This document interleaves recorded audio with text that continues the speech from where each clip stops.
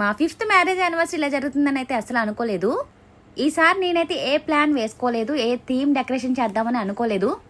ఎప్పుడు నేనే చేస్తున్నాను కదా, ఈసారి ఆయన ఏం చేస్తారో చూద్దామని ఆగిపోయాను. ఏం చేశారంటే ముందు రోజు చాలా పెద్ద వర్షం అయితే పడింది. అసలు ఎక్కడికైనా వెళ్దామా అని అనుకుంటున్నారు. అప్పుడే అడిగారు నన్ను ఎక్కడికైనా వెళ్దామా అని. కానీ ముందు రోజు వర్షం చూసి చాలా భయం వేసింది. ఎందుకంటే నా చిన్నప్పటి నుంచి అంత వర్షం నేను ఎప్పుడు చూడలేదు. మార్నింగ్ 12:30 దాటేసిన తర్వాత చాలా మబ్బేసేసింది. 3 o'clock నుంచి చాలా వర్షం అయితే స్టార్ట్ అయిపోయింది. నైట్ టైం 12:31 వరకు అయితే వచ్చేసింది మా ఊర్లో. అసలు రోడ్లన్నీ కాలువల్ల మునిగిపోయినాయి అనమాట. అసలు రోడ్డే కనిపించట్లేదు.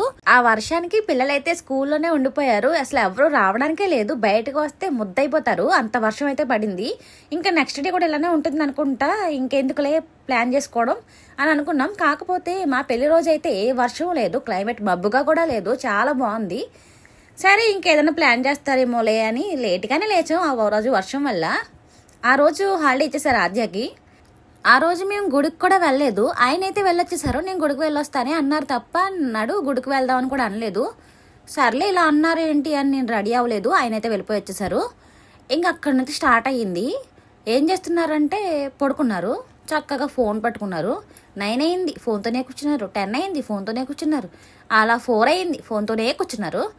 సర్లే ఇంకేముంది, ఇంకా రోజంతా అయిపోయింది, పెళ్లి రోజు సగం పైన అయిపోయింది అని నేనైతే రెడీ అయిపోయి ఇంకా కొత్త డ్రెస్సులు ఏం తీసుకోలేదు, వేసుకోలేదు కూడా. ఇంకా పైకి వెళ్ళి లైవ్ అయితే చేసేసుకున్నాను 1 hour.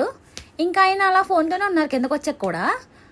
ఇంకేం చేస్తున్నారా అని చూస్తున్నాను అనమాట నేను. అప్పుడే మెసేజ్ వచ్చిందంటండి, ఆద్యాని కృష్ణుడి కింద రెడీ చేసి పంపించండి రేపొద్దున అని.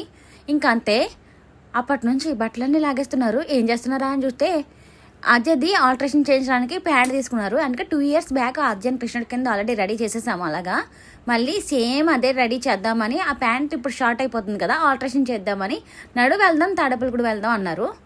సర్లే నడుద్దామని నేను కూడా ఇంకేం అనలేదు, రానన్నాను ఫస్ట్. ఎందుకంటే కోపం వచ్చేసింది నాకు ఎక్కడికి తీసుకువెళ్ళలేదని. ఆద్య కోసం వెళ్ళానండి. ఆల్ట్రేషన్ అయిపోయిన తర్వాత ఫ్యాన్సీ షాప్కి వెళ్ళి అన్నీ తీసుకున్నాను. షార్ట్ పెట్టాను కదా మీకు. అక్కడికి వెళ్ళొచ్చేసిన తర్వాత స్కై గార్డెన్ రెస్టారెంట్కి తీసుకొచ్చేసారు. తాడేపల్లిగూడెం విజేత సూపర్ మార్కెట్ పైన ఉందండి ఇది. అక్కడ సినిమా థియేటర్స్ కూడా ఉన్నాయి, 2 ఉన్నాయి.